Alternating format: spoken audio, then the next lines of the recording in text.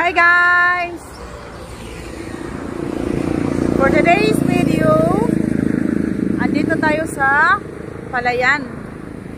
Palayan ng Palo, Leyte. So maglalakad lang tayo muna.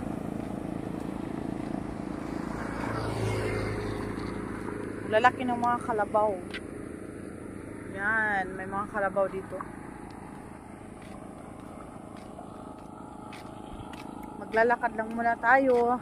Yung daanan na yan, yung kalsada, yung nakita mo na kalsada, yan yung papuntang Carigara, Leyte. Yung nasa likod natin, papunta yun ng Tacloban. Ito yung Palo Bypass Road. For today's video guys, naglalakad lang tayo. Ang ganda ng bukid. Yung bukid na yan, papuntang Carigara yan. Tapos, yung nasa kabilang bukid, likod ng bundok na yan, yung burol na yan, likod ng burol na yan, ay ang Palo, Leyte. Yung nasa harapan nyo naman, yung burol din na yan, ay papuntang San Miguel, Leyte. Yung nasa likod.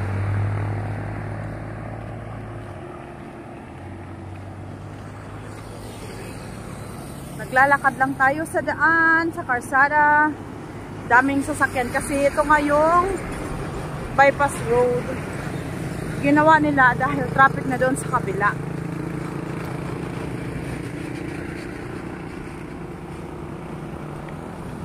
Yung simbahan na yan, nakita mo, yung parang bahay na yan.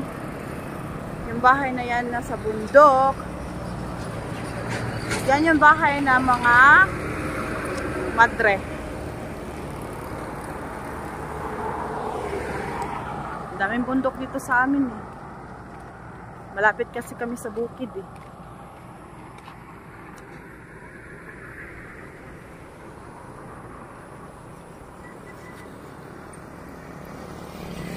Yung kalsada na nakita mo, papuntang Tacloban yan.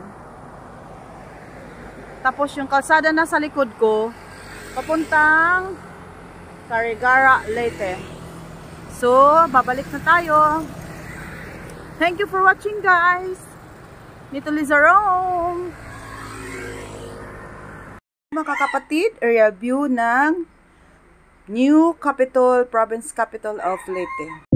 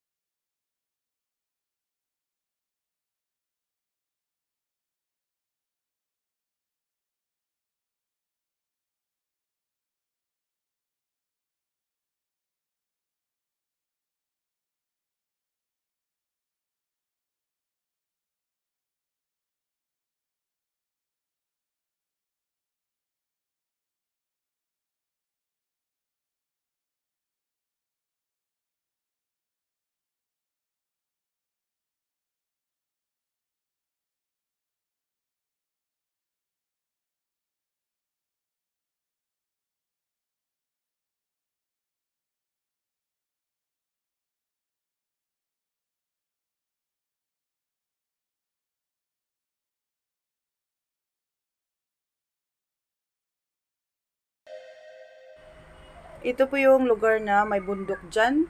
Ang sa likod yan ay Palo, Leyte. Yung nasa, yung sasakyan na kung saan papuntang Carigara, Leyte yan. Yung nakakotse na papunta sa left side, papuntang Tacloban City po yan. Kung mga kapatid, kung sinong gustong pumunta dito sa Palo, Leyte, new provincial capital, you can join us.